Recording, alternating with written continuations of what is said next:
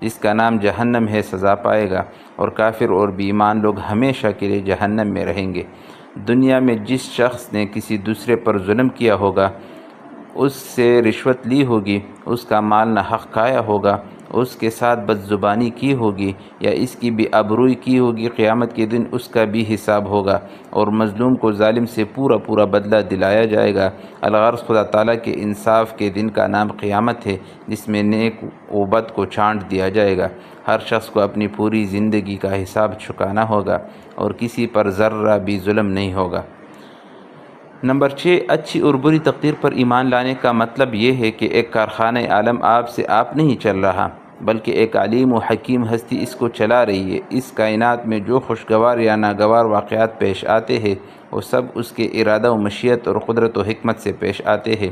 کائنات کے ذرہ ذرہ کے تمام حالات اس علیم و خبیر کے علم میں ہیں، اور کائنات کی تخلیق سے قبل اللہ تعالیٰ ان تمام حالات کو جو پیش آنے والے تھے لوح محفوظ میں لکھ لیا تھا۔ بس اسی کائنات میں جو کچھ بھی وقوع میں آ رہا ہے وہ اسی علم ازلی کے مطابق پیش آ رہا ہے۔ نیز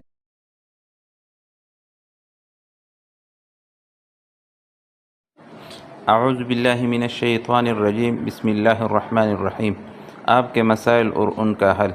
مسلمانوں کے بنیادی عقائد۔ 6 باتوں پر ایمان۔ نمبر 1، اللہ تعالیٰ پر ایمان لانے کا یہ مطلب ہے کہ اللہ تعالیٰ کو ذات و صفات میں یکتا سمجھے۔ وہ اپنے وجود اور اپنی ذات و صفات میں ہر نقص اور عیب سے پاک اور تمام کمالات سے متصف ہے۔ کائنات کی ہر چیز اسی کے ارادہ و مشیت کے تابع ہے، سب اسی کے محتاج ہے، وہ کسی کا محتاج نہیں۔ کائنات کے سارے تصرفات اسی کے قبضے میں ہیں، اس کا کوئی شریک اور ساجی نہیں۔ نمبر 2، فرشتوں پر ایمان لانے کا یہ مطلب ہے کہ فرشتے اللہ تعالیٰ کی ایک مستقل نورانی مخلوق ہے۔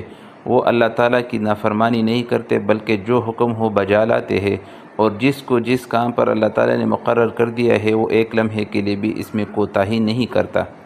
نمبر 3، رسولوں پر ایمان لانے کا یہ مطلب ہے کہ اللہ تعالیٰ نے اپنے بندوں کی ہدایت اور انہیں اپنی رضامندی اور ناراضی کے کاموں سے آگاہ کرنے کے لیے کچھ برگزیدہ انسانوں کو چن لیا، انہیں رسول اور نبی کہتے ہیں۔ انسانوں کو اللہ تعالیٰ کی خبریں رسولوں کے ذریعے ہی پہنچتی ہے۔ سب سے پہلے نبی حضرت آدم علیہ السلام تھے، اور سب سے آخری نبی حضرت محمد الرسول اللہ صلی اللہ علیہ وسلم ہے۔ آپ صلی اللہ علیہ وسلم کے بعد قیامت تک کسی کو نبوت نہیں ملے گی، بلکہ آپ صلی اللہ علیہ وسلم ہی کا لایا ہوا دین قیامت تک رہے گا۔